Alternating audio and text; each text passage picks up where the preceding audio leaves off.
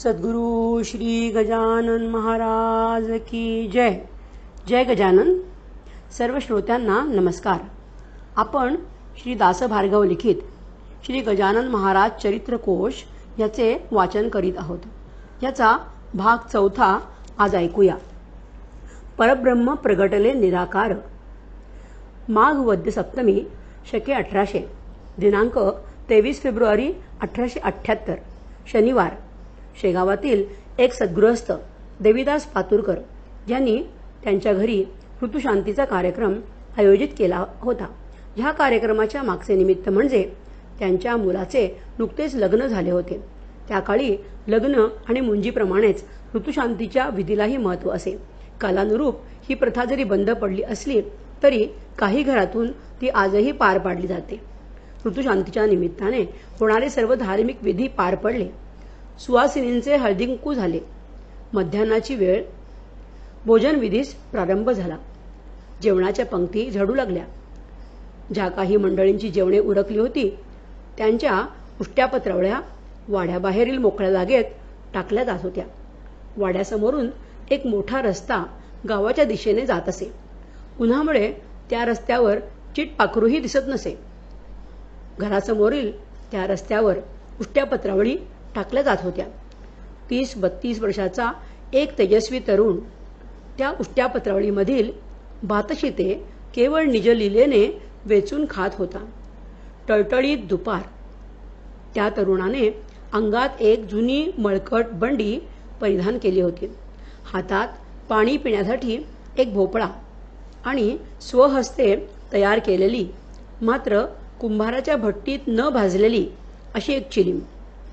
त्याचवेळी बंकटलाल अग्रवाल आणि त्याचे स्नेही दामोदरपंत कुलकर्णी त्या रस्त्याने जात होते.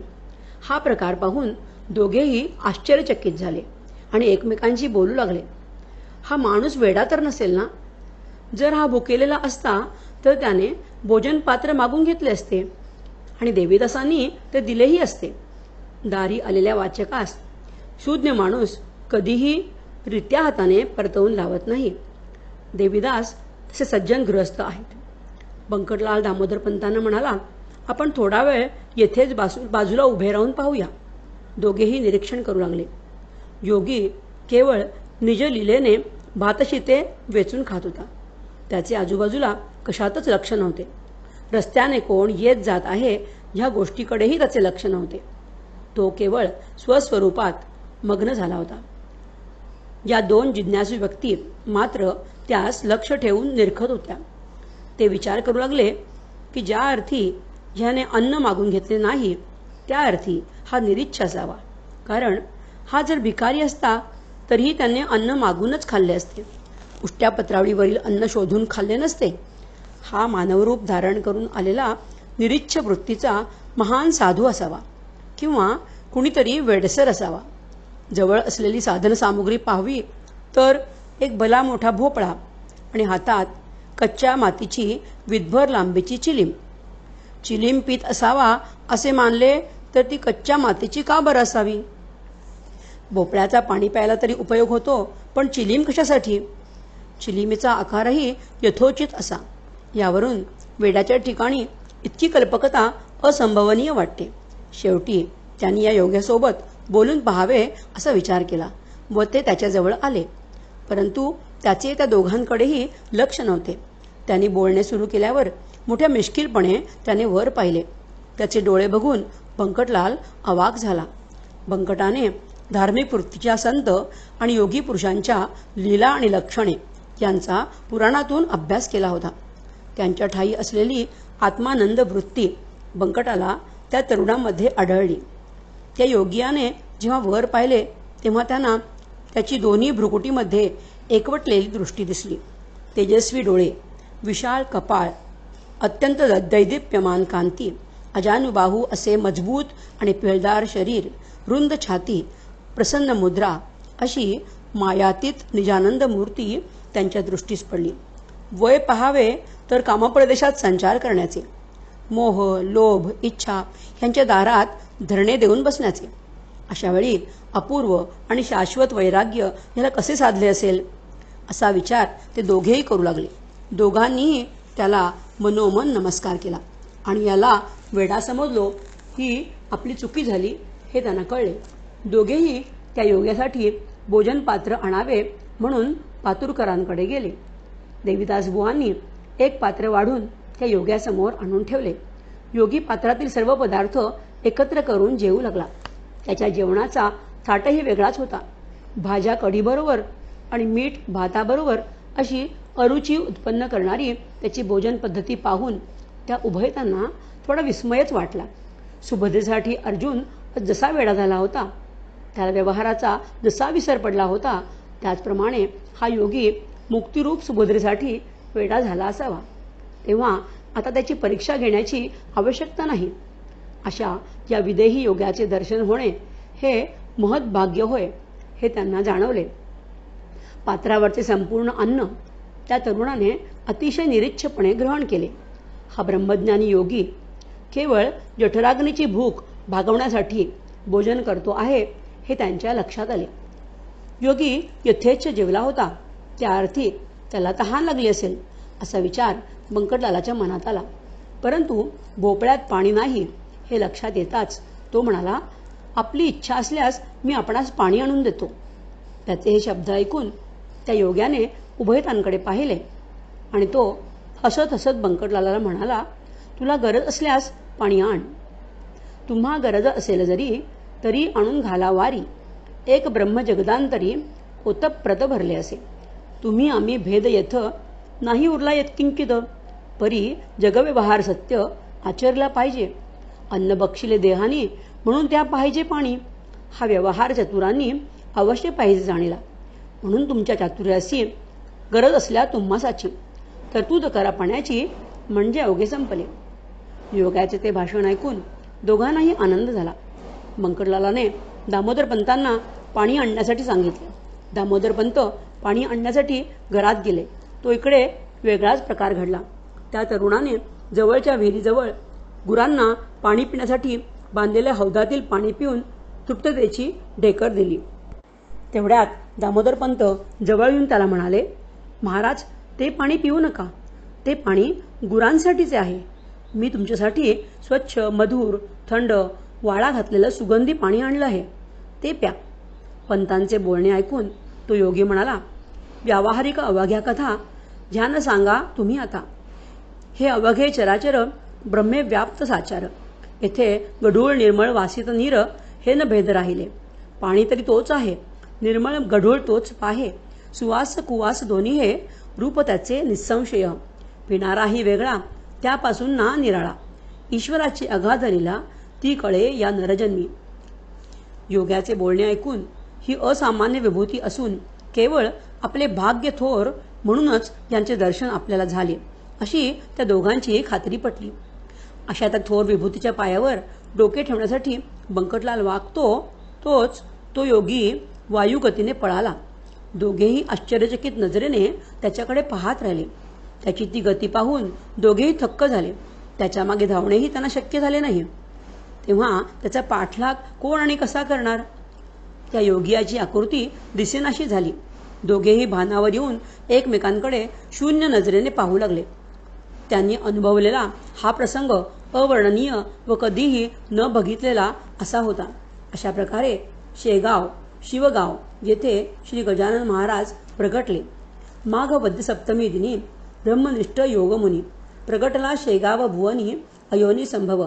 अजानुबाहू दिगंबर सवे भोपळा मंडलाकार. शिलिम स्वकरी साकार कच्ची करकमली. दृष्टी भूमध्ये विराजित मुद्रा पाचवी अलक्षित. अथर्वा उपाधी विरक्त निरंजन योगिया. धर्म हा आचरणाचा व अनुभवाचा किंवा अनुभूतीचा विषय असून तो अनुभव व्यक्तिगत असतो. विज्ञानाप्रमाणे त्या अनुभवाचे प्रात्यक्षिक दाखवता येत नाही. महाराजांनी आपल्या प्रत्येक कृतीतून हे स्पष्ट केले आहे. बोलण्यापेक्षा कृती ही जास्त बोलकी असून ती बरेच काही सांगून जाते, परंतु आपण बोलण्यावर जास्त भर केंद्रित करतो. त्यामुळे धर्माच्या कृतीतील स्वरूपाचे आकलन होत नाही आणि त्या कारणाने आपण अनुभूतीपासून दुरावतो. महाराजांनी पहिली कृती केली ती म्हणजे उष्ट्या पत्रावळीतील अन्न सेवन करण्याची. ह्या कृतीवरून त्यांना खूप मोठे तत्वज्ञान सांगायचे आहे. अन्नम ब्रह्मती व्यजानात अन्नादयेव खलविमानी भूतानी जायन्ते. अन्न हे ब्रह्म आहे. आपण आपल्या आहारास अन्न मानतो, हे चुकीचे आहे. वास्तविक पाहता पृथ्वीवर राहणारे सर्व जीव अन्नापासून उत्पन्न होतात. अन्नामुळे जगतात आणि अन्नातच विलीन होतात. अन्न मिळाले नाही तर कोणताही प्राणी जिवंत राहू शकणार नाही. जे जीव आहेत त्यांना जगणे अशक्य होईल. वनस्पती आणि वृक्षांनाही अन्न लागते. जमिनीतून मिळणारे अन्न बंद झाले तर ते देखील जगू शकणार नाहीत. वनस्पती मातीमधील पृथ्वीतत्व, जलतत्व, वायुतत्व आणि आकाशतत्व ह्यापासून निर्माण होणारे अन्न खाऊन जगतात. उपनिषदांनी अन्नाची महती गायली आहे. आपण केवळ आपल्या आहाराचा विचार केल्यामुळे हे उपनिषदांचे सिद्धांत आपल्याला जाणीवेत उतरत नाही. कोणता आहार घ्यावा जेणेकरून आपले आरोग्य आणि मन सुव्यवस्थित राहील ह्याचा आजकाल विचार केला जात नाही. ही दुर्दैवाची बाब आहे. केवळ जिभेच्या चोचल्यांसाठी न खावयाचे ते खाल्ले जात आहे. अन्नन न परिचक्षित, अन्नाची अवहेलना करू नका, असा उपनिषदांचा संदेश आहे. महाराजांनी हे सत्य आपल्या पुष्टी भातशिते खाण्याच्या कृतीतून दाखविले. आजकाल कित्येकदा अन्नाची नासडी होते. ही नासधूस कशी कमी होऊ शकते याचा विचार करणे जरुरीचे आहे. अर्धवट जेवण करून पात्रात उष्टे ठेवण्याला चांगले मानण्यास माणसे कचरत नाहीत. तेव्हा अन्न हे ब्रह्म समजून त्याप्रमाणे आपली कृती झाली पाहिजे. महाराजांच्या भक्तांनी हे आचरणात आणले पाहिजे. गजाननाचे भक्त म्हणविती अन्न ब्रह्म पायी तुडविती असे नको. दुसरा महत्त्वाचा संदेश महाराज देतात तो असा, ज्याप्रमाणे अन्नाचा सन्मान केला पाहिजे तसाच पाण्याचाही सन्मान झाला पाहिजे. अन्न आणि पाणी ही दोन्हीही ब्रह्मरूप आहेत. आज पाण्याची समस्या भीषण स्वरूपाची आहे. तेव्हा पाण्याची नासाडी थांबली गेली पाहिजे. जल म्हणजे जीवन. आपण आपल्या गरजेपेक्षा जास्त पाणी वाया घालवतो. दुसऱ्याच्या हिश्श्याचे पाणी आणि अन्न आपण ग्रहण करतो. प्रत्येक गोष्टीचा साठा हा मर्यादित असतो. तेव्हा आपल्या गरजेपेक्षा जास्त न वापरता तो वायाही न घालवणे ही अप्रत्यक्षपणे ईश्वराचीच पूजा करणे होय. महाराजांचे हे दोन संदेश आपण कसोशीने काटेकोरपणे पाळणे जरुरीचे आहे.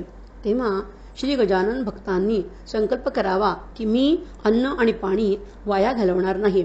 हीच सद्गुरू श्री गजाननांची खरी पूजा आणि भक्ती ठरली. कारण शेवटी गुरु म्हणजे तत्व आणि गुरुसोबत भक्त आणि शिष्य तत्वानेच जुळत असतो. गुरुशी जवळीक साधत असतो. कृपापात्र ठरत असतो. सद्गुरू श्री गजानन महाराज सद्गुरू श्री गजानन महाराज की जय. जय गजानन.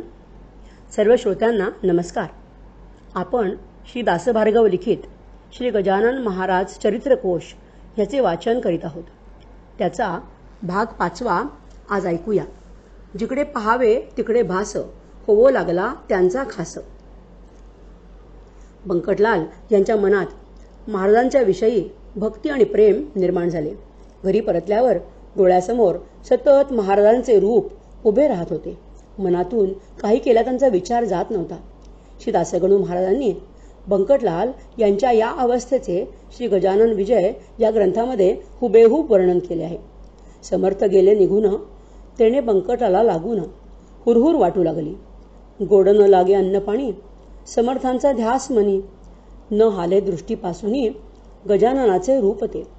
जिकडे पाहावे तिकडे भास, होवो लागला त्यांचा खास.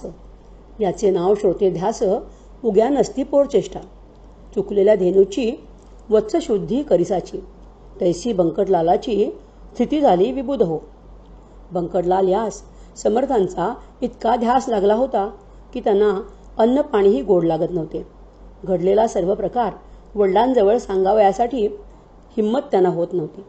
चित्तात विचारांचे काहूर माजले होते. अशा स्थितीत त्यांनी अवघे शेगाव धुंडाळले, परंतु समर्थांचा कोठेही ठावठिकाणा लागला नाही. बंकटलाल घरी आल्यावर त्यांना भवानीरामांनी विचारले, बाळा, तुला कसली काळजी लागली आहे का? तू आज इतका निरुत्साही आणि म्लान का दिसतोस? तुला काही त्रास किंवा दुःख होत असेल तर मला मोकळेपणाने सांग. पुत्राने पित्यापासून कोणतीही गोष्ट लपवून ठेवू नये.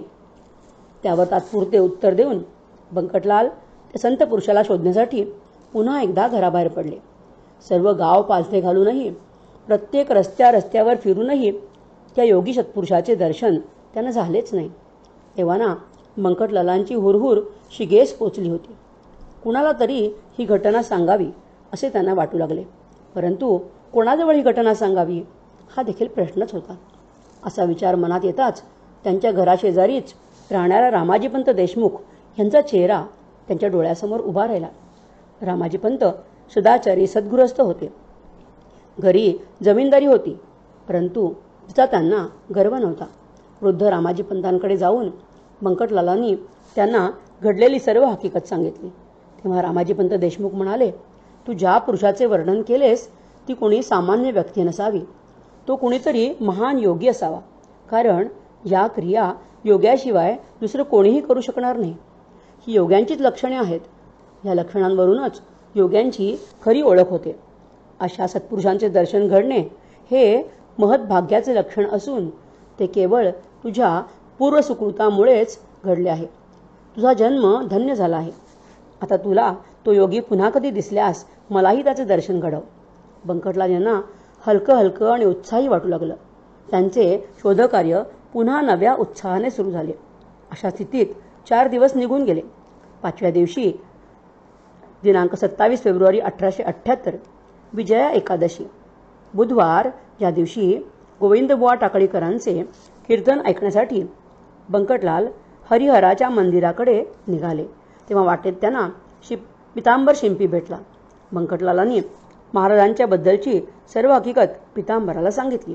मंदिरात जात असता महाराजांची स्वारी त्यांना मंदिराच्या मागच्या बाजूला बसलेली दिसली. दोघांनाही कीर्तन सोडून महाराजांच्याकडे धाव घेतली. बंकटलालांचे मन आनंदाने भरून गेले.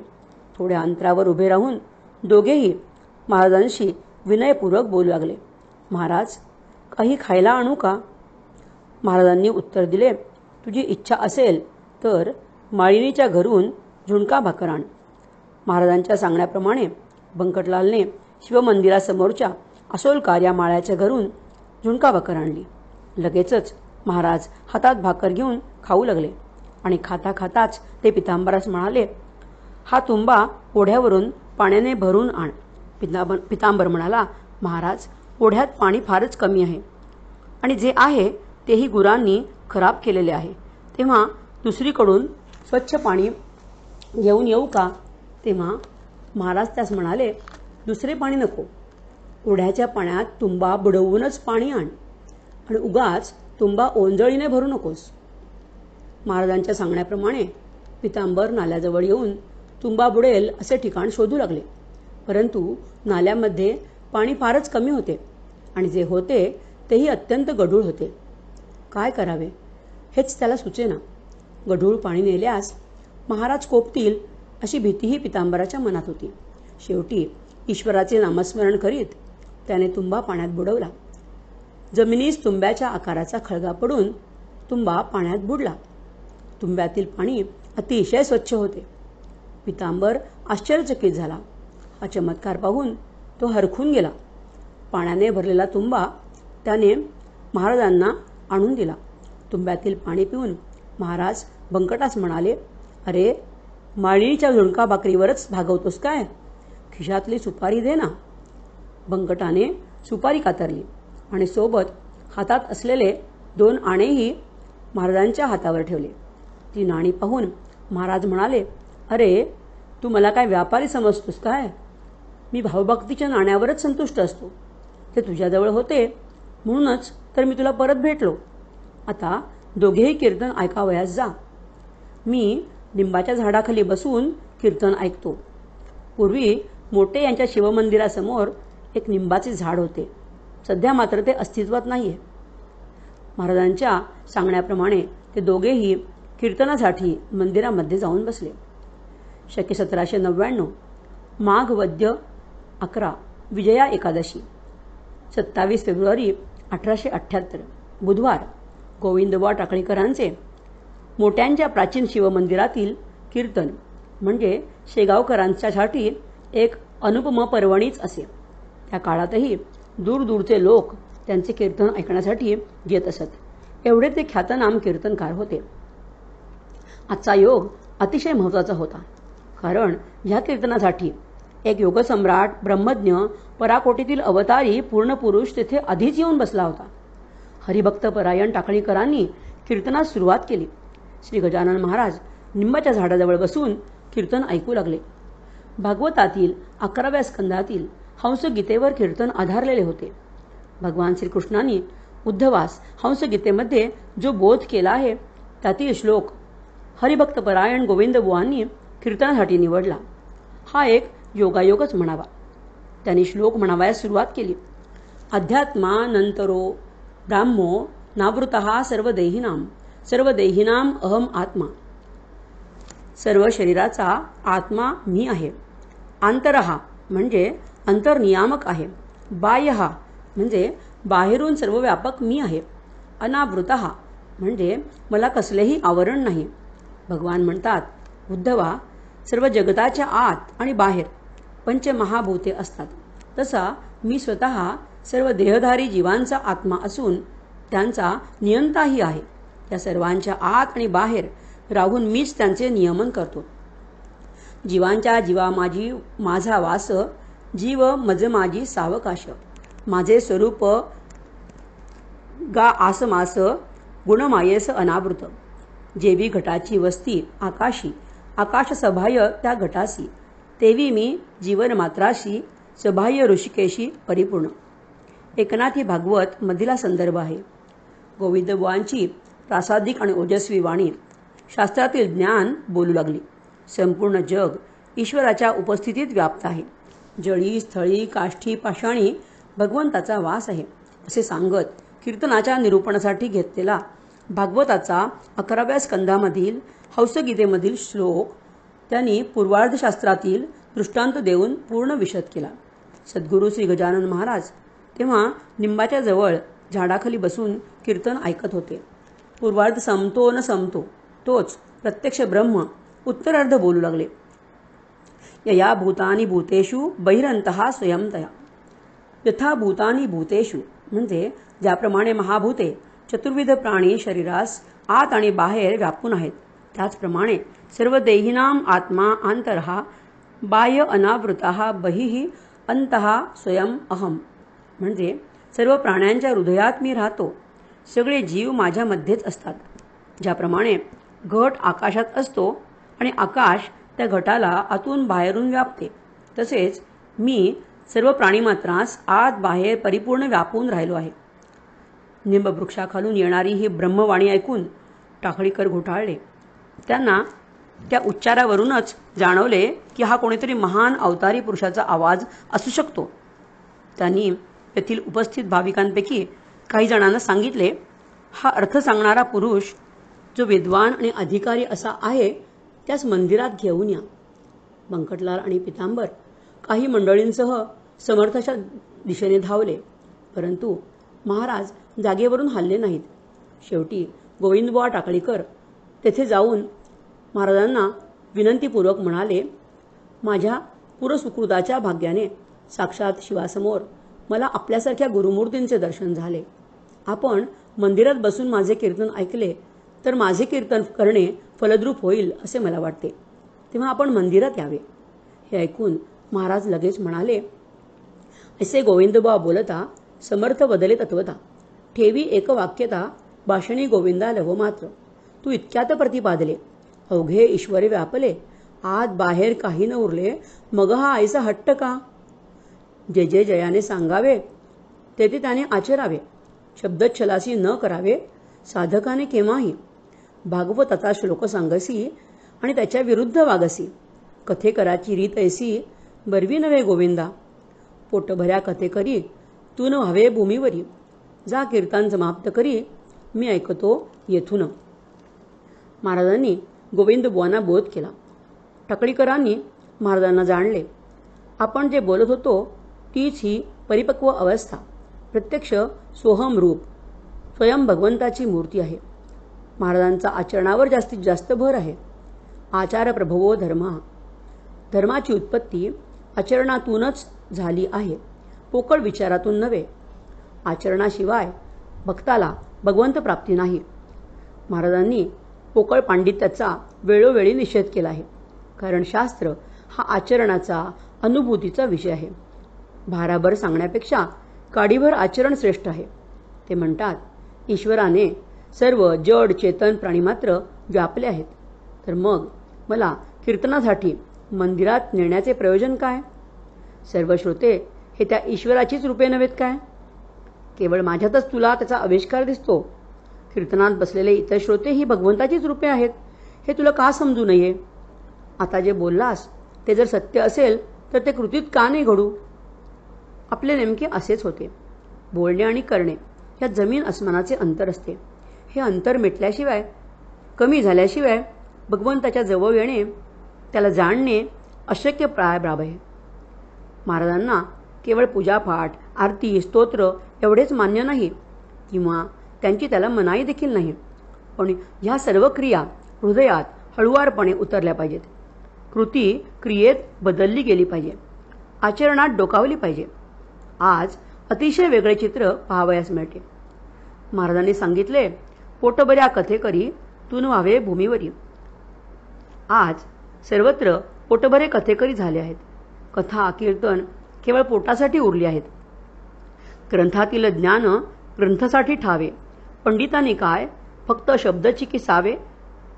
अज्ञजनांवरती जगती ज्ञानी, शब्दांचा मेळ अन छळ करुनी. शास्त्र काय मग पशुपक्ष्यांनी आचरावे, पंडितांनी काय फक्त शब्दची किसावे. ग्रंथाचे ते सार ज्ञान आचरण, आचरणाभावे उभा गजानन. ज्ञान भक्ती वैराग्ये बुद्धी परे जावे, पंडितांनी काय फक्त शब्दची किसावे. ज्ञानी ठाई तो ऐसे कोण सांगे, तो सापडे जया ज्ञानतया सांगे. जया ठाई जे ज्ञान ते त्याने आचरावे, पंडितांनी काय फक्त शब्दची किसावे. केवळ आचरणशून्य, अनुभवशून्य पांडित्य म्हणजे धर्म नव्हे. हृदयामध्ये ज्ञान किती मुरले आहे, उराशी किती जोपासले आहे, हे जाणणे म्हणजे धर्म. धार्मिकतेचे व विद्वत्तेचे अवडंबर सर्वत्र माजलेले दिसते. याचे कारण एकच, सर्वत्र आपण केवळ सांगायचे, दुसऱ्याने आचरायचे हा प्रादुर्भाव झालेला आहे. त्यामुळेच धर्माचे महत्त्व विद्वानांमध्ये उरलेले दिसत नाही. धर्म आणि शास्त्र कशासाठी? माणसांसाठीच ना. मग तो धर्म ग्रंथाच्या बाहेर प्रत्यक्षात जेव्हा आचरणात येईल तेव्हाच सत्याची अनुभूती होईल. आज कीर्तनकार, प्रवचनकार पैसे घेतल्याशिवाय कथा कीर्तने करीत नाहीत. हा सगळा प्रकार पोटभरे कथेकरी असाच नव्हे काय?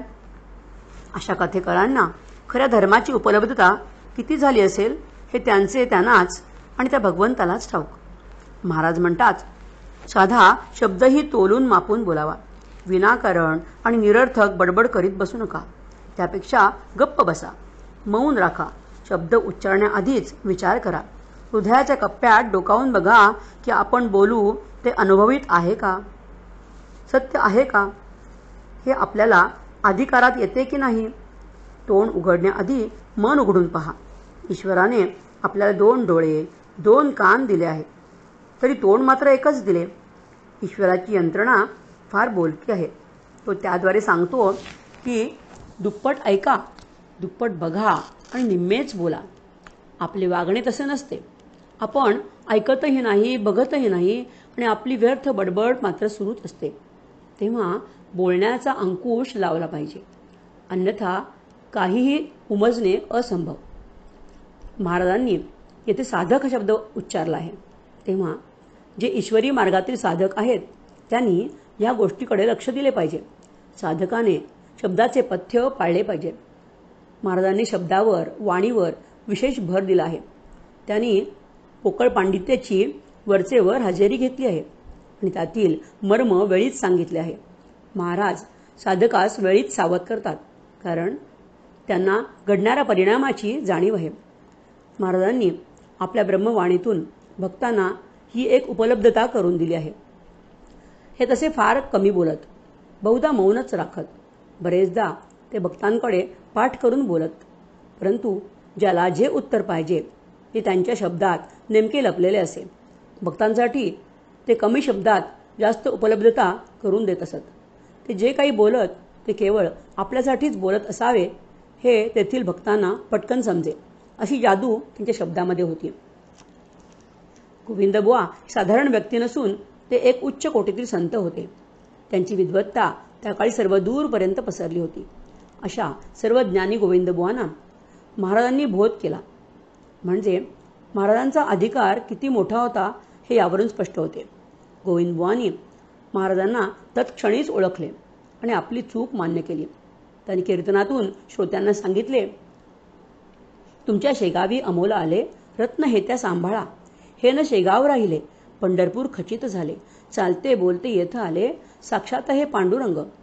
त्यांची तरतूद ठेवावी, सेवा त्यांची करावी, यांची आज्ञा मानावी, वेदवाक्या परी हो.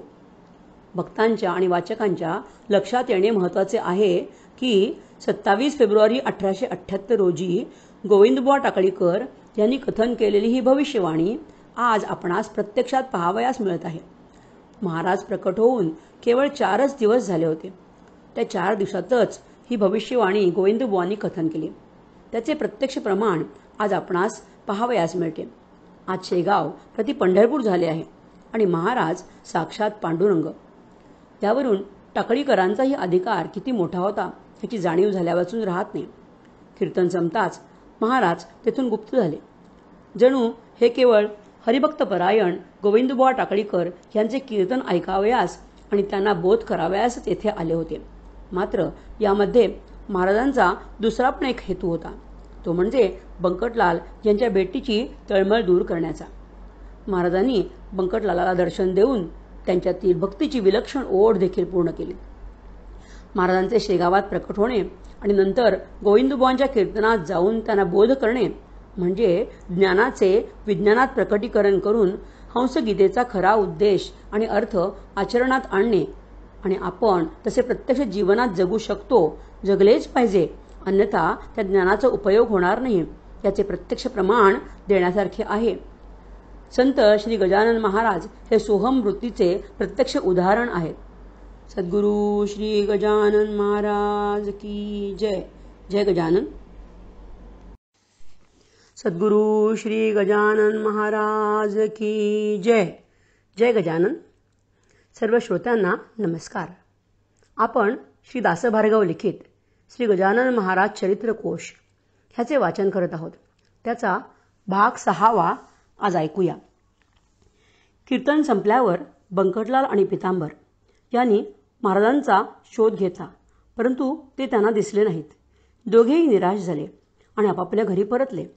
बंकटलाल यांच्या मनात महाराजांचे दर्शन घडल्याचा आनंद काही औरच होता. त्या आनंदाच्या भरात बंकटलालने आपल्या वडिलांना महाराजांच्या विषयी घडलेली सर्व घटना सांगितली आणि आपण आपल्या घरी महाराजांना आणावयास हवे असा आग्रह धरला. बंकटाच्या चेहऱ्यावरील पूर्वीची निराशा भवानीराम यांना आता मावळलेली दिसू लागली. त्यांनी बंकटलाल यांना महाराजांना घरी आणण्यासाठी संमती दिली. तेव्हा मात्र बंकटलाल यांना महाराजांना केव्हा एकदाचे घरी आणतो असे झाले होते. किती ते संत प्रेम आणि किती ती निष्काम भक्ती. महाराजांना भेटण्याविषयीच्या तळमळीमागे बंकटाला काहीच प्राप्त करायचे नव्हते, तर केवळ त्यांच्याविषयी शुद्ध प्रेम होते. आणि जिथे शुद्ध प्रेम असते तिथे संतांची कृपा का नाही होणार. संतांनाही अशाच निश्चिम भक्तांची गरज असते. बंकटलाल यांनी पुन्हा एकदा महाराजांचे शोध घेण्याचे कार्य सुरू केले. पुढे 3ऱ्या दिवशी म्हणजे 1 मार्च 1878 रोजी शुक्रवारी बंकटलाल यांना महाराज माणिक चौकात दिसले. संध्याकाळची वेळ होती. दिवस मावळायला आला होता. रानात चरावयास गेलेल्या गायी समर्थांजवळ थांबत होत्या, परंतु मागे असलेले गुराखी त्यांना पुढे पिटाळत होते. दुकानदार आपापल्या दुकानात दिवाबत्तीची तयारी करत होते. अशावेळी बंकटलाल महाराजांचा हात धरून त्यांना प्रेमपूर्वक अंतःकरणाने आपल्या घरी घेऊन आला. बंकटलाल यांचे वडील भवानीराम हे श्रीमंत गृहस्थ होते. शिवाय त्यांच्या ठायी अपरंपार भगवत भक्तीही होती. ते अतिशय भाविक होते. त्यांनी महाराजांची दिगंबर अजानुबाहू मूर्ती पाहून त्यांना साष्टांग नमस्कार केला आणि आदरपूर्वक घरात आणून पाट्यावर बसवले. प्रदोष काळी ते घरी आलेले होते. जणू काही साक्षात शंकरच आपल्या घरी आले आहेत आणि या भावनेने महाराजांची त्यांनी पूजा केली. काहीतरी भोजन करावे अशी विनंती केली. समर्थाने होकार देताच दुपारच्या पुऱ्या, वरण, भाजी, घरातील खारका, बदाम, खोबऱ्याचे तुकडे, संत्र्याच्या फोडी तबकात घालून पंकटाने महाराजांच्या पुढे ठेवल्या. कोणत्या वस्तू कशा खाव्यात आणि कशाबरोबर खाव्यात ह्याचे भान त्या विदेही योग्यास राहिले नव्हते. ते संत्र्याच्या फोडी वरणात कालवू लागले आणि खोबऱ्याचे तुकडे त्यात घालून ते खाऊ लागले. अशा रीतीने यथासांग भोजनविधी सुरू झाला. जवळजवळ 3 शेर अन्न त्यांनी ग्रहण केले. वेटाळातील म्हणजे गल्लीतील बरीच मंडळी ही गंमत टक लावून पाहत होती. त्यांना हा प्रकार वेगळाच वाटत होता. याआधी असे काही त्यांनी बघितलेले नव्हते. ज्याला खाण्याचेही भान नाही, रसनेचाही गंध नाही, जो जठराग्नी तृप्त करण्यासाठी केवळ निज लीलेने अन्न ग्रहण करीत आहे, त्या विदेही अवस्थेतील योगी पुरुषाकडे सर्वजण आश्चर्याने पाहू लागले. योगी पुरुषांना चवीशी काही देणे घेणे नसते. त्यांनी रसनेवर विजय मिळवलेला असतो. चवीचे क्षेत्र फक्त जिभेपुरतेच मर्यादित असते. अन्न घशाखाली उतरल्यावर त्याला कोणताही स्वाद उरत नाही, चव राहत नाही, सर्व सारखेच वाटते. आपण मात्र ते अन्न स्वाद घेत खात असतो. परंतु योग्यांचे मात्र तसे नसते. ते या देहकुंडात पडलेल्या अन्नाच्या आहुत्या यज्ञकर्म समजून आत्म्यास अर्पण करीत असतात. मग आपल्या जेवणाच्या तऱ्हेत आणि त्यांच्या जेवणाच्या तऱ्हेत हे अंतर कायम राहणारच. त्यात नवल ते काय. त्या रात्री महाराजांचा मुक्काम बंकटलाल यांच्या घरीच होता. दुसऱ्या दिवशी महाशिवरात्र होती. बंकटलाल यांच्या मनात आले की समर्थांनी बऱ्याच दिवसापासून स्नान केलेले नसावे, तेव्हा सर्वांनी मिळून महाराजांना स्नान घालावे अशी इच्छा मनात उत्पन्न होताच त्यांनी महाराजांना प्रार्थना केली. समर्थांनी होकार दिला. उपस्थित सर्व मंडळींना आनंद झाला. आडातून पाणी काढण्यासाठी 4-5 इसम उठले. सुमारे 100 पोहरे पाणी आणून सर्वांनी महाराजांचे हात आणि पाय घासले. त्यांना अभ्यंग स्नान करविले. स्नानापश्चात आसनावर बसून त्यांना उत्तम प्रकारचे केशरी गंध लावले. मागे आणि आजूबाजूस तक्के ठेवले होते. हा सर्व संदर्भ श्री गजानन महाराज अवलिया शेगावकर यांचे संक्षिप्त चरित्रसार या पुस्तकातून घेतलेला आहे. श्री गजानन विजय या ग्रंथामध्ये श्री दासगणू महाराज यांनी खालीलप्रमाणे वर्णन केले आहे. बंकटलाले दुसरे दिवशी मंगल स्नान समर्थांसी घातले असे अतिहर्षी तोन थाट वर्णवे. घागरी सुमारे 100 उष्णोदकाच्या साचार पाणी घालती नारी नर मन मानेला ऐशारिती. कोणी शिकेकाई लावती, कोणी साबण घेऊन हाती, समर्थात ते घासिती पदकमळ आवडीने. कोणी दवना, कोणी हिना, कोणी चमेली तेल जाणा, कोणी बेलियाच्या मर्दना करू लागले निज हस्ते. अंग राग नानापरी त्यांचे वर्णन कोण करी. बंकटलालाची या घरी उणे नव्हते कशाचे ते. स्नानविधी संपला. पितांबरातून ऐसविला. अति सन्माने बैसविला योगी राज गादीवरी. बाली गंध केशरी गळ्यात हार नानापरी. कोणी तुळस मंजरी वाहू लागले शिरावर. नैवेद्य नानापरीचे झाले समर्थार्पण साचे. भाग्य त्या बंकटलालाचे खचित आले उदयाला. इच्छाराम अगरवाल हे बंकटलालांचे चुलत भाऊ. बंकटलाल यांच्या घराशेजारीच त्यांचे घर होते. त्यांनाही महाराजांच्या भोजनासाठी नैवेद्य आणावा अशी इच्छा झाली.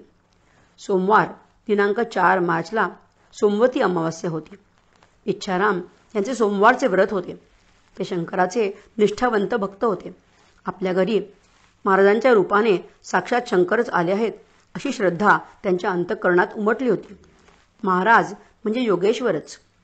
त्यांच्यासाठी भोजनाचा प्रसाद आणावा अशी इच्छा त्यांच्या मनात उत्पन्न झाली. अस्तमानी महाराजांची पूजा करून उद्यापन समाप्ती करावी असे त्यांनी ठरविले. स्नान करून आणि पूजेचे सर्व साहित्य घेऊन इच्छाराम यांनी महाराजांची पूजा केली आणि त्यांना विनंती केली की महाराज, आपले भोजन जरी झाले असले तरी आपण मी आणलेला हा नैवेद्य ग्रहण करावा. आपण जेवल्याशिवाय मी अन्न ग्रहण करणार नाही. माझा आज उपवास आहे. आपण सर्वांचे मनोरथ पूर्ण केले, परंतु माझ्या मनातील संकल्प पूर्ण होणे मात्र बाकी राहिले आहे. तेव्हा माझी इच्छा पूर्ण करावी. ही आपल्या चरणी विनंती आहे. महाराजांची परवानगी मिळताच इच्छाराम शेटजींनी परातीतून नैवेद्य आणला. लोक कुतूहलाने पाहू लागले. आंबेमोर तांदूळाचा 2 मोदी भात साचा, नानाविध पक्वानांचा थाट केला तयाने, जिलबी, राघवदास, मोतीचूर, करंजा, अनारसे, घीवर, शाखांचे नाना प्रकार, वर्णन करावे कोठवरी, अगणित चटण्या, कोशिंबिरी, वाडगा दह्याचा शेजारी, तुपाची ती वाटी खरी, ओदनाच्या सव्य भागा, 4 मनुष्यांचे अन्न, ऐसा नैवेद्य परिपूर्ण, समर्थांपुढे आणून ठेवला इच्छारामाने. अशा प्रकारे 4 माणसे भोजन करून तृप्त होतील एवढा नैवेद्य इच्छाराम यांनी महाराजांच्या पुढे आणून ठेवला. त्या नैवेद्याकडे पाहून महाराज स्वतःशीच बोलले, गणप्या खा, अघोऱ्या जेव, खातो खातो म्हणतोस तर खा आता. हा संदर्भ श्री समर्थ गजानन महाराज अवलिया शेगावकर यांचे संक्षिप्त चरित्रसार या ग्रंथातील आहे. पाहून त्या नैवेद्यासी महाराज बोलले आपणासी, खातो खातो अहर्निशी ऐसे बोलसी गणप्या. खा हे आता अवघे अन्न, अघोऱ्या न करी अवमान. पाहो आले अवघे जन तुझ्या अघोर वृत्तीला. असे स्वतःशीच बोलून महाराज भोजनास बैसे. ताटातील अवघे अन्न त्यांनी खाल्ले. इतकेच नव्हे तर मीठ आणि लिंबूही फस्त केले. इच्छाराम शेठ यांच्या आग्रहाखातर महाराज जेवले खरे, परंतु आग्रहाचा प्रकार किती वाईट आहे हे दाखवण्यासाठीच त्यांनी एक लीला केली. त्यांनी जेवलेले अन्न उलटीद्वारे बाहेर टाकले. वास्तविक पाहता त्यांना अतिभोजनामुळे उलटी झाली नव्हती, मात्र योगेश्वराला हा प्रकार केवळ समाज प्रबोधनासाठी करावा लागला. त्यांच्या अंगी कोणतेही आणि कितीही अन्न पचवण्याचे सामर्थ्य होते, परंतु आपल्या येथे आग्रह करण्याची असलेली चुकीची पद्धत त्यांना दाखवून द्यायची होती. आपल्या अवास्तव आग्रहामुळे अन्नाची किती नासाडी होते हे आपण लग्न समारंभ आणि इतर सर्व कार्यक्रमांमधून प्रत्यक्ष पाहतोच. जे खऱ्या अर्थाने महाराजांचे भक्त आहेत त्यांनी महाराजांच्या या लीलेकडे जाणीवपूर्वक पाहावे. अन्नाचा अवमान करू नये आणि पुण्य करू दाता पदरी पाप पाडून घेऊ नये. महाराज सप्तर्षींपैकी एक आहेत. ते केवळ जगाच्या उद्धारासाठीच प्रकट झाले आहेत. त्यांनी साध्या साध्या कृतीतून सर्व मानवजातीला बोध केला की जेणेकरून तो आपल्याही पचनी पडेल. उष्टी भातशिते खाऊन त्यांनी अन्नम ब्रह्मेती व्यजानात, अन्न हे ब्रह्म आहे असा बोध केला. तर इच्छाराम यांच्या उदाहरणावरून अति आग्रहाचा किती वाईट परिणाम होतो हे दाखवले आहे. अन्नम न परिजक्षित, अन्नाचा त्याग करू नका किंवा अन्नाची निंदा करू नका, अशी वैदिक तत्वे त्यांनी आपल्या कृतीतून मांडली आहेत. महाराजांची प्रत्येक कृती बोलकी आहे, तसेच त्यांच्या प्रत्येक कृतीमध्ये रहस्य दडलेले आहे. आपण त्या कृतीचे चिंतन केल्यास त्यातील रहस्याची उकल आपोआप होईल. निसर्ग धर्माचे पालन करा असे महाराज स्पष्टपणे सांगतात. त्याचा अर्थ निसर्ग धर्माप्रमाणे जीवन जगा. जेवढे पाहिजे तेवढेच अन्न ग्रहण करा. उलटी झाल्यावर लगेचच ती जागा साफ केली गेली आणि महाराजांना पुन्हा स्नान घालून आसनावर बसवले गेले. सर्व उपस्थित लोकांनी भक्तांनी त्यांचे दर्शन घेतले. तेवढ्यात तिथे 2 भजनी दिंड्या आल्या. सुस्वर आणि पहाडी आवाजात ते विठ्ठल नामाचा गजर करू लागले. इकडे महाराज आपल्या आसनावर बसून भजनाच्या त्या सुरात गणी गण गणात बोते असे टिचक्या वाजवून म्हणू लागले. त्या दिवशी भक्तांनी रात्रभर भजनाचा आनंद लुटला. आता बंकटलाल अगरवाल यांची थोडी माहिती घेऊया. श्री गजानन महाराजांमधील साधुत्वाचा अंश जाणण्याचे महान कार्य बंकटलाल अगरवाल यांनी केले. महाराजांना सर्वप्रथम शेगावी पाहिले ते बंकटलाल अगरवाल व दामोदर पुंत कुलकर्णी या दोघांनी, आणि प्रथम दर्शनातच बंकटलाल यांच्या मनात ह्या अवतारी पुरुषाविषयी उत्कट प्रेम निर्माण झाले. तो दिवस होता माघ वद्य सप्तमी 23 फेब्रुवारी 1878, शनिवार. देवीदास पातुरकर यांच्या घरी ऋतुशांतीचा कार्यक्रम साजरा होत होता. 2 वाजण्याच्या सुमारास भर उन्हात उष्ट्या पत्रावळींवरील भातशिते खात असताना महाराजांचे बंकटलाल यांस प्रथम दर्शन झाले. या योगियाचे बाह्यस्वरूप, मुद्रा, भोजनाची तऱ्हा, विदेही अवस्था पाहून हा कुणीतरी महापुरुष असावा अशी त्यांची खात्री पटली.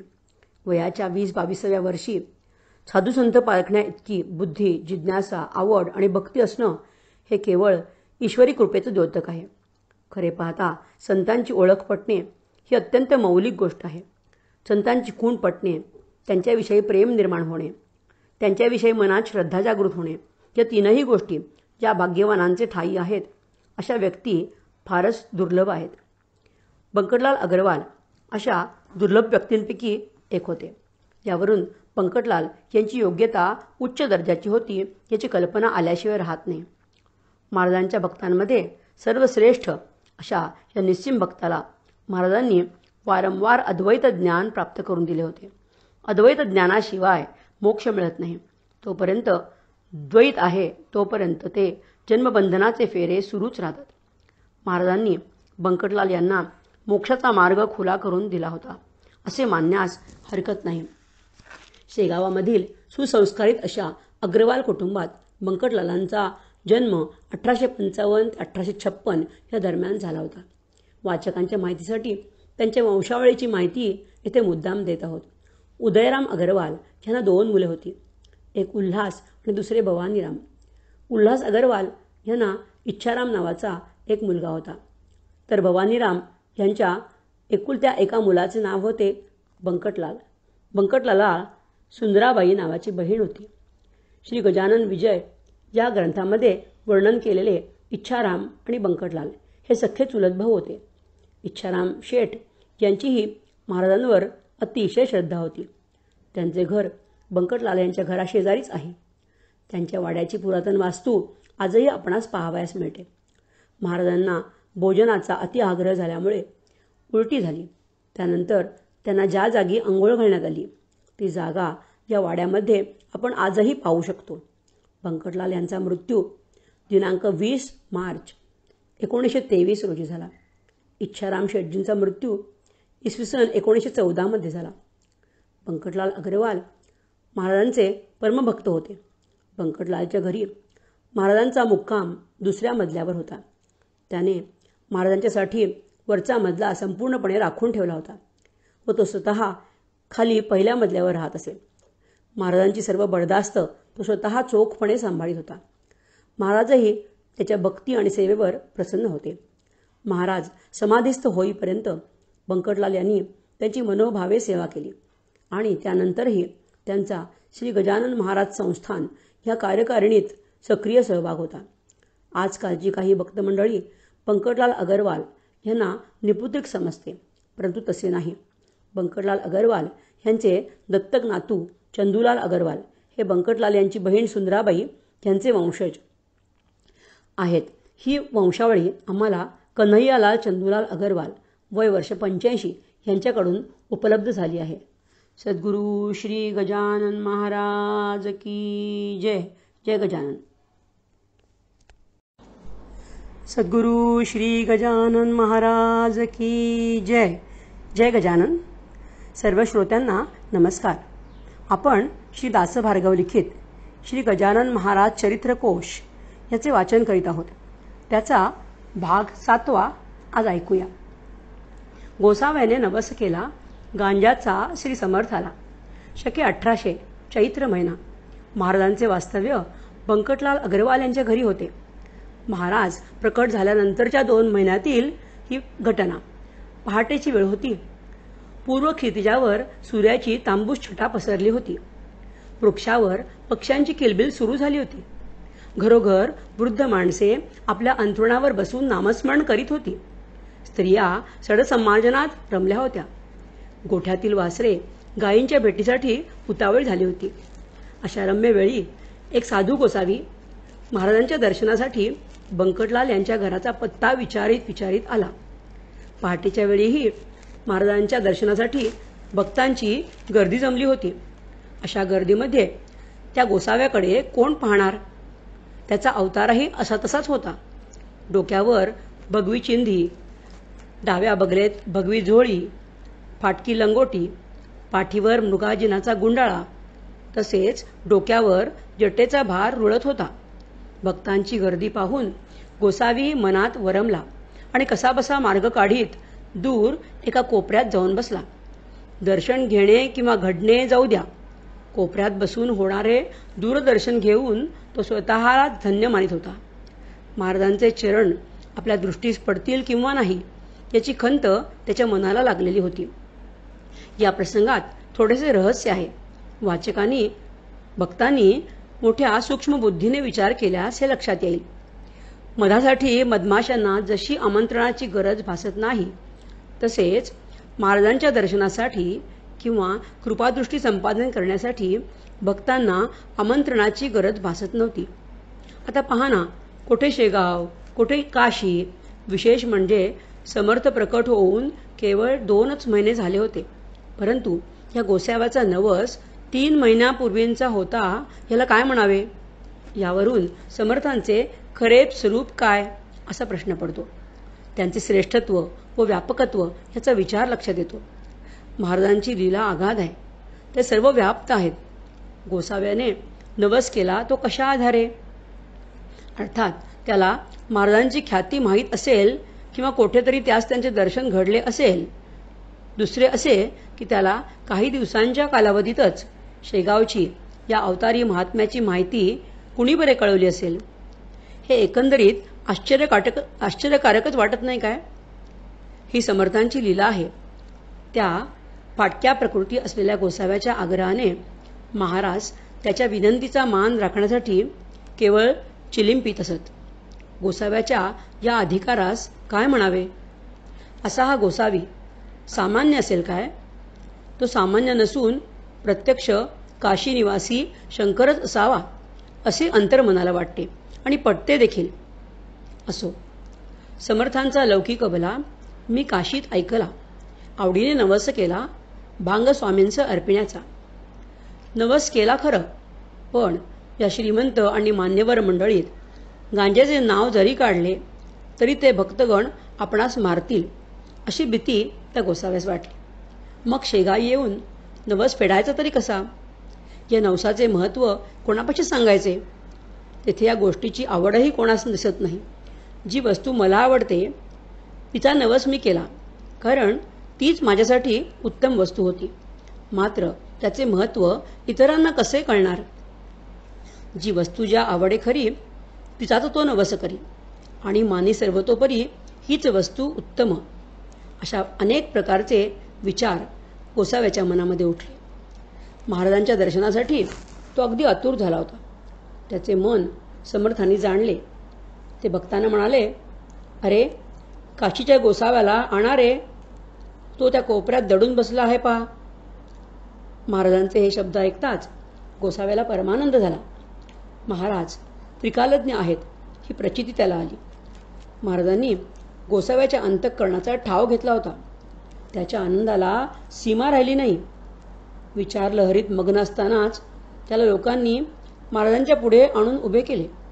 तो पुढे येताच महाराज त्याला म्हणाले, अरे, गेल्या 3 महिन्यांपासून तू झोळीत सांभाळून ठेवलेली पोटळी काढ बाहेर. आज त्या पोटळीचे पारणे होऊ दे. गोसाव्याचे अंतःकरण गैवरून आले. तो समर्थांच्या पायावर गडबडा लोळू लागला. एखाद्या बालकाप्रमाणे त्याची अवस्था झाली. त्याची ती अवस्था पाहून महाराज त्याला थोडा दम देत म्हणाले, महाराज म्हणती गोसाव्यास, पुरेता उठवून बैस. पोटळीच्या बुटीस काढ बाहेर झोळीच्या. नवस केलास तेवेळी नाही लाज वाटली, हे आता काही लावली चाळवा चाळवी निरर्थक. गोसावी दोन्ही हात जोडून नम्रवाणीने म्हणाला, महाराज, मी बुटी काढून नवस फेडतो, पण माझे एक मागणे आहे, तेवढे मात्र पूर्ण करा. या दिनावर कृपा करा.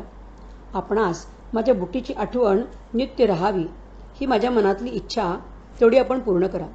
मला माहीत आहे की आपणास बुटीचे काहीच प्रयोजन नाही, परंतु या बालकाची आठवण राहावी यासाठी तुम्ही ही बुटी स्वीकारा.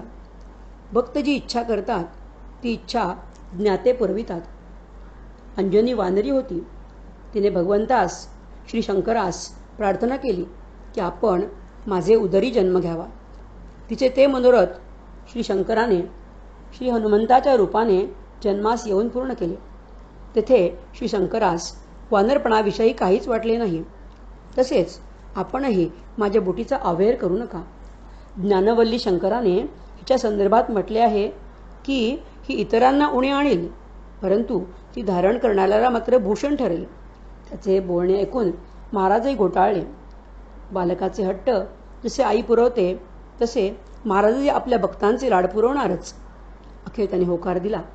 गोसाव्याने लगेच बोटी काढली, हातावर घेऊन पाण्याने धुतली, घोटून चिलिमीत भरली आणि महाराजांना पाजली.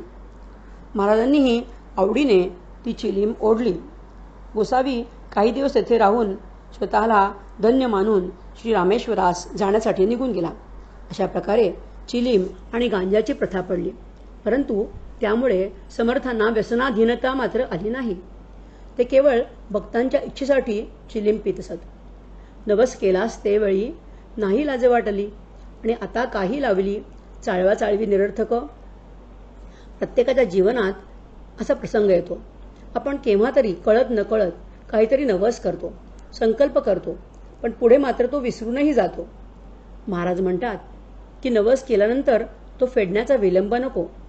एकतर नवस वा संकल्प करू नका. यदा कदाचित केला असेल तर तो फेडण्यास विसरू नका.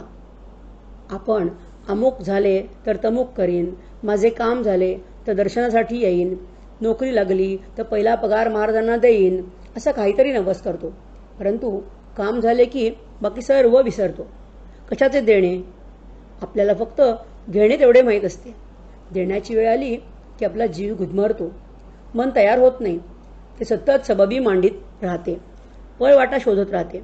दिलेल्या शब्दातून अलगद कसे निसटता येईल ह्याचे चिंतन करत राहते. महाराज म्हणतात एकतर कबूल करू नका व जर केले तर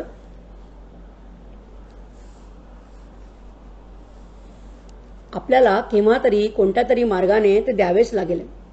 आपण कितीही चालढकल केली तरी त्याचा काही उपयोग होणार नाही. शब्दावर किती संयम ठेवायला हवा याविषयी महाराज जे काही सांगतात ते विसरून चालणार नाही. लोक मानो अगर न मानोत, परंतु हे सत्य आहे. महाराज तुमच्या नवसाचे भुकेले नाहीत. त्यांची तशी मागणीही नाही. ते आपल्याला हुशार करून सोडतात, सचेत करून देतात. काही लोक म्हणतात की नवसाने इच्छा थोड्याच पूर्ण होतात किंवा नाही हे त्यांनीच तपासून पाहावे. आजही महाराज भक्तांच्या इच्छा पुरवितात. मात्र त्यासाठी आपले अंतःकरण श्रद्धामय असले पाहिजे. त्यात भक्ती अंकुरित झाली पाहिजे. म्हणजेच मग महाराजांची कृपा होण्यास वेळ लागणार नाही. येथे कोणत्याही भक्तासाठी कृपेचा तोटा नाही. तोटा आहे तो आपल्यात श्रद्धेचा, भक्तीचा. बस इच्छा पूर्ण न व्हायला केवळ आपणच दोषी असतो, जबाबदार असतो. हे प्रत्येकाने तपासले पाहिजे. म्हणजे आपल्याला आपोआप सर्व काही उमजू लागेल. आपण आपले काम पूर्ण होण्यासाठी हवेत मनोरे बांधत असतो आणि देवालाही आमिष दाखवत असतो. पण याद्वारे आपण स्वतःलाच फसवीत असतो. तेव्हा सरळ अंतःकरणाने केलेली मागणी पूर्ण झाल्याशिवाय राहत नाही हे प्रत्येकाने जाणावे. दुसरे असे की आपल्याला सर्व कामे शुभस्य शीघ्रम भावयास हवी असते. आपल्याला सबुरीला स्थान नसते व सर्वच गोष्टी पाहिजे तशा आणि पाहिजे तेव्हा घडल्या गेल्या पाहिजेत अशी आपली मागणी असते. हे आपल्यात श्रद्धा आणि भक्ती नसल्याचेच प्रतीक आहे. आपण मनामध्ये श्रद्धा आणि भक्ती जोपासली पाहिजे व स्वतःला महाराजांच्या पायी समर्पित केले पाहिजे. त्यांच्यावर पूर्ण भरवसा ठेवला पाहिजे. त्याला शंकेचे कोणतेही फाटे फुटून देता कामा नयेत. मग काही अवधीतच आपल्या सर्व इच्छा पूर्ण होतील याची खात्री बाळगावी. जानराव देशमुखाचे खंडांतर टाळिले साचे. शेगाव येथे जानराव देशमुख नावाचे एक भले गृहस्थ राहत होते. एकदा ते कसल्याच्या व्याधीने अस्वस्थ झाले होते. रोग बळावला होता. शरीरात शक्ती राहिली नाही. वैद्यांनी प्रयत्नांची पराकाष्ठा केली, परंतु त्यांना यश आले नाही. नवस, सायास, गंडे, दोरे सगळं करून झालं, परंतु जानरावांच्या प्रकृतीला आराम पडेना. डॉक्टरांनी त्यांची नाडी बघून सांगितले की या व्याधीवर आता काहीही इलाज नाही. त्यांचा जीव वाचण्याची शक्यता उरलेली नाही. आम्ही प्रयत्न केले तरी त्यामध्ये आम्हाला यश येणे आता शक्य वाटत नाही. जानराव देशमुखांच्या घशाला घरघर लागली. चेतना हरपली. दृष्टी स्थिर राहीना. सर्वत्र रडारड सुरू झाली. आप्तमंडळीस निरोप देऊन कळवले गेले. दुःखाने सर्वत्र शोककळा पसरली. जानरावांची पत्नी जीवाचा आकांत करू लागली. सर्व आप्तमंडळी शोकाकुल झाली होती. आम्ही प्रयत्न केले अति, परी यश न आले तिळरती. यांना आता घोंगड्यावरती काढून ठेवा हेच बरे.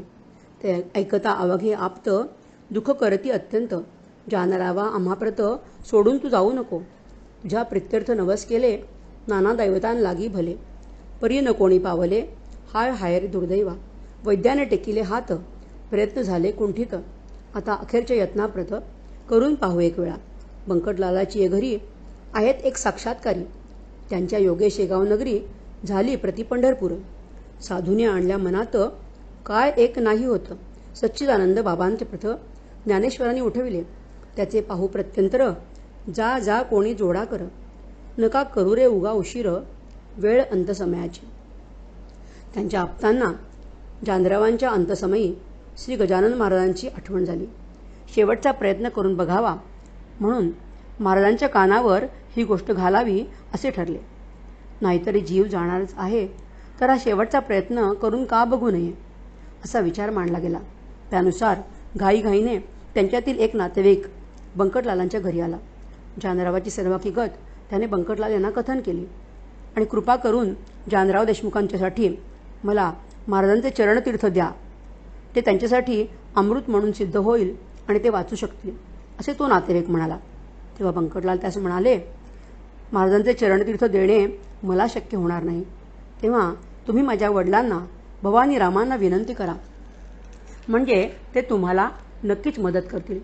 भवानीराम सज्जन गृहस्थ होते. तसेच ते मनाने दयाळूही होते. दुसऱ्याचे दुःख पाहून त्यांनाही दुःख होई. त्यांनी त्या माणसाचे बोलणे ऐकले. त्यांना दया आली. त्यांनी एका भांड्यातून पाणी घेतले आणि त्यात आपल्या हाताने महाराजांच्या पायाचा अंगठा बुडवला आणि हे तीर्थ जानरावास देतो अशी विनंती केली. महाराजांनीही मान तुकवून तीर्थ देण्यास संमती रूपाने होकार दिला.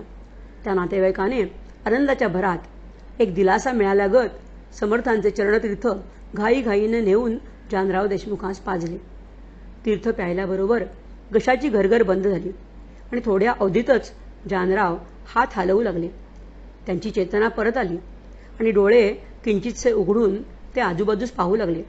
अशा प्रकारे तीर्थामुळे त्यांना तत्काळ प्रचिती आली. त्यांच्यातील व्याधीस उतार पडू लागला. शोकाकुल अवस्थेत बसलेल्या तेथील मंडळींना आनंद झाला. त्या सर्वांना महाराजांचा अधिकार कळला.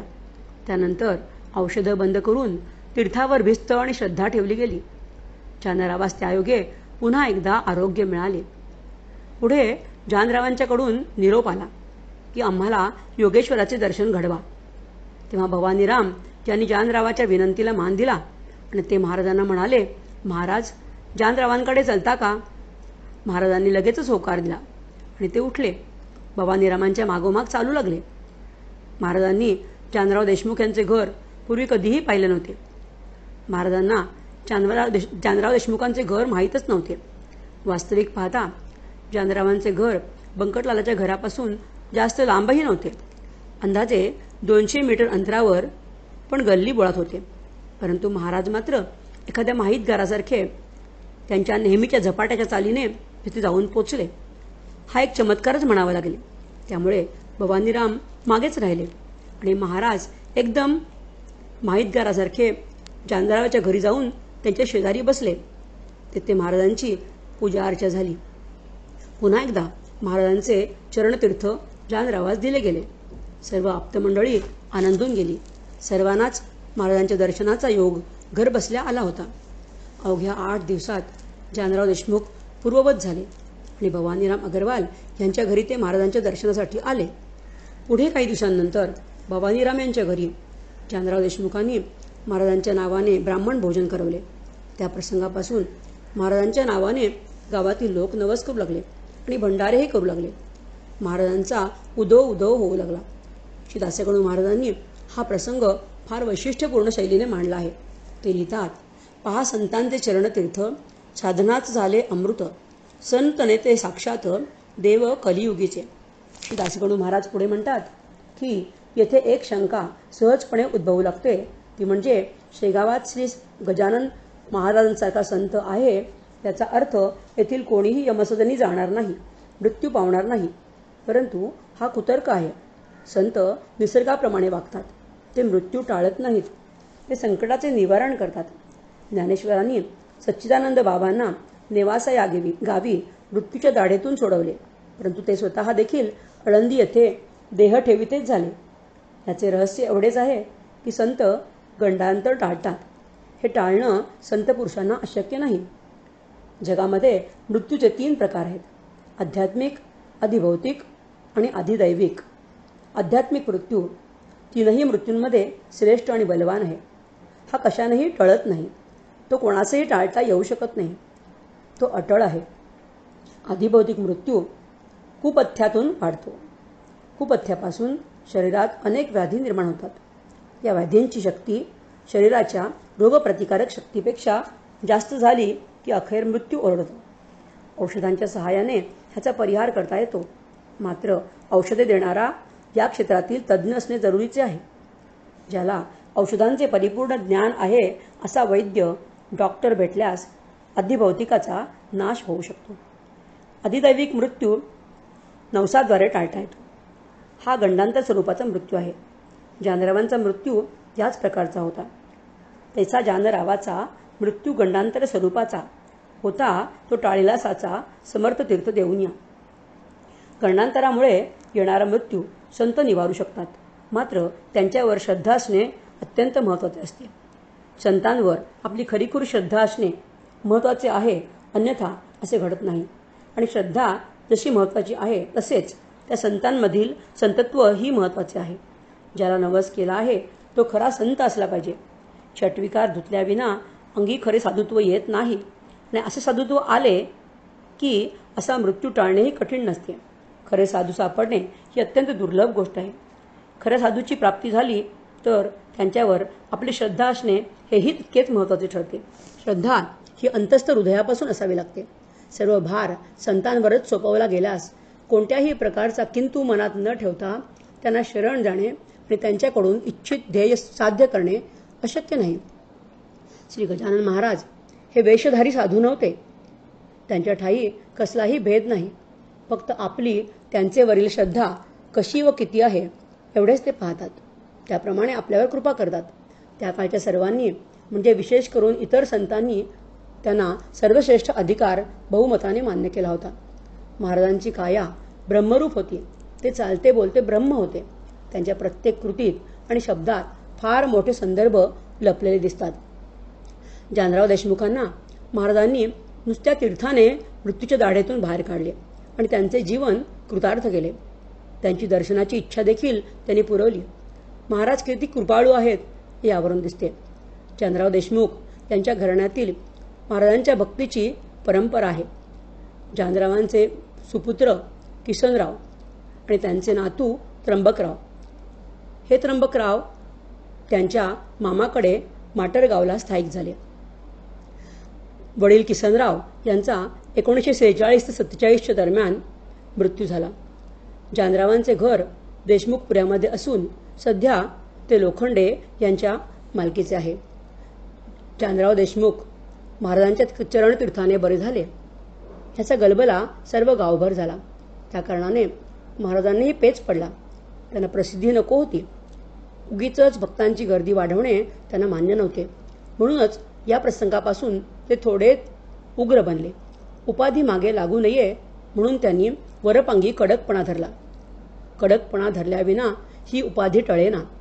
स्वार्थ साधू प्रापंचिकांना साधुत्वाची चाड नसे. महाराजांकडे दूरदृष्टी होती. ते शिस्तप्रिय होते. आज आपण सर्वत्र उपाधीचा टिळा लावून फिरणारे संत पाहतो आणि त्यांच्या भोवती असलेल्या प्रापंचिकांचा गराडाही पाहतो. या गराड्यात कोणीही काहीही मागितल्याशिवाय राहत नाही. हे सर्व भक्तगण भौतिकाच्या जाळ्यात अडकलेले जीव असतात.